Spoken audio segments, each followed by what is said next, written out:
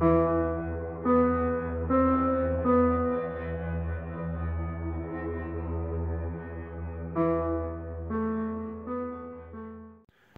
guys, so today I am reviewing the Dictopro V100 wireless keyboard.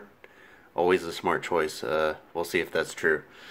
So I got this because I travel a lot for work, and I like bringing a gaming laptop with me. However, it sucks playing on the keyboard on the laptop.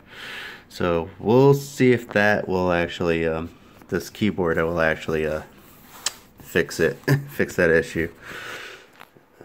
So let's see if I can get this open one hand. Oh yeah, look at that. I kind of cheated. I started open this, so the little sticker is actually a little bit harder to get off. But check this out. So we'll get to that in a minute. Little instruction book. We'll probably need that. And a USB charging cable. And that looks like it. That's it. Alright, so let's get down to this guy. And I got that made in China wrapped plastic.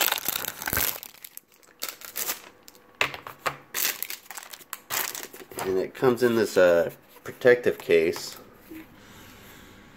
Can't figure out why they would, what's this for, and it's really hard to slide open with the device in it, but you don't need to slide that, so just ignore this. I'm guessing it's probably a stand. I don't know. Anyone else can figure it out, let me know. Now this is going to be the tricky part. Put you got it down real quick. Yeah, it's a little hard to slide out one-handed, but check this out though. So the texture feels like the Microsoft Surface keyboards on the front and the back, but then when you actually open it, and it's magnetic too, so that's pretty cool. But yeah, this is it, guys. Little chiclet style keyboard. Supposedly, I guess it's set up like this for ergonomics. But yeah, I mean, not much to say. It's a pretty decent actual keyboard for the size. But so let's go ahead and hook it up. See how easy it is. Oh, sorry.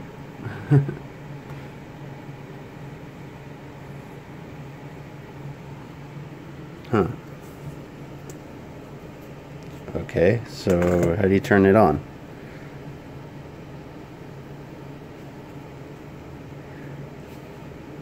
Alright, so yeah, I guess we do need the instructions, because I do not see a power button on this thing.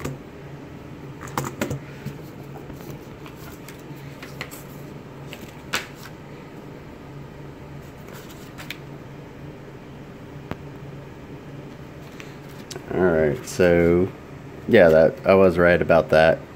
That plastic thing also doubles as a stand. But yeah, we're trying to figure out how to power this sucker on.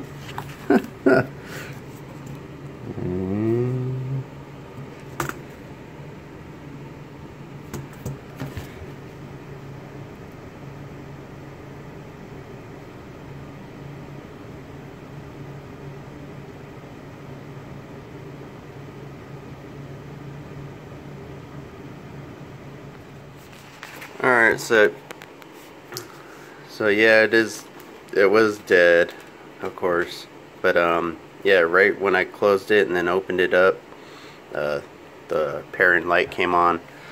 So let's go ahead and see if I could find it here on my Bluetooth.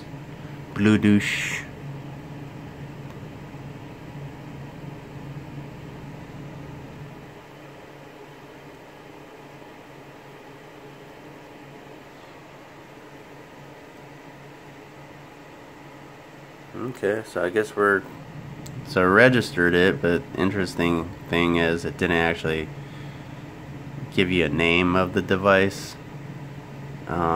Maybe I didn't wait long enough, but we'll see.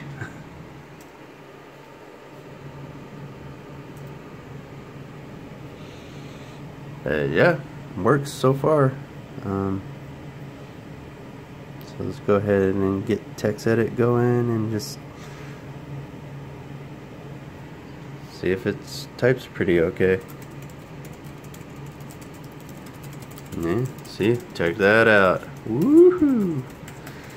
And you know what? It's pretty decent size. Your hands aren't too cramped together. The keys, I mean, it kind of feels like a normal keyboard, but a little bit smaller. Although that delete button's a little bit small. And if you can see here, there's no function keys other than you hold an F1 and an F2. So I mean you gotta hold the F function button to get to the function keys. But I mean, yeah, it's not bad. If you're gaming, you don't really use F1 and F2 keys unless you set them up. But yeah, ooh, that's pretty cool. Check this out. Even for the function keys, they even got the volume buttons, and they do work for the Mac. So that's pretty cool. Definitely do recommend it. I mean, it is pretty awesome. So, and it's pocket size. So, and I just closed it and reopened it, and it connected automatically. So that's even a plus. All right, guys. I'll see you later. Peace.